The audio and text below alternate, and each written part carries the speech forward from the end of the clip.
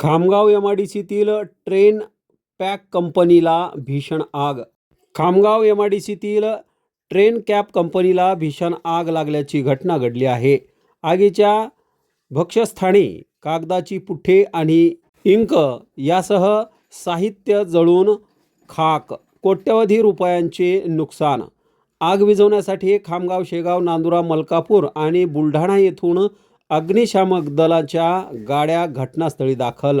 रात्री 1:30 ते 2 वाजेच्या सुमारास आग लागली असल्याची माहिती कामगार मंत्री आकाश फुंडकर यांनी दिली. घटनास्थळाला भेट, प्रशासनाकडून आढावा घेण्याचे काम सुरू.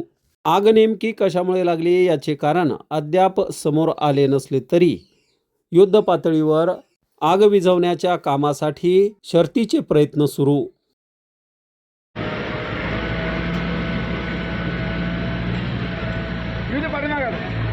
माझ्या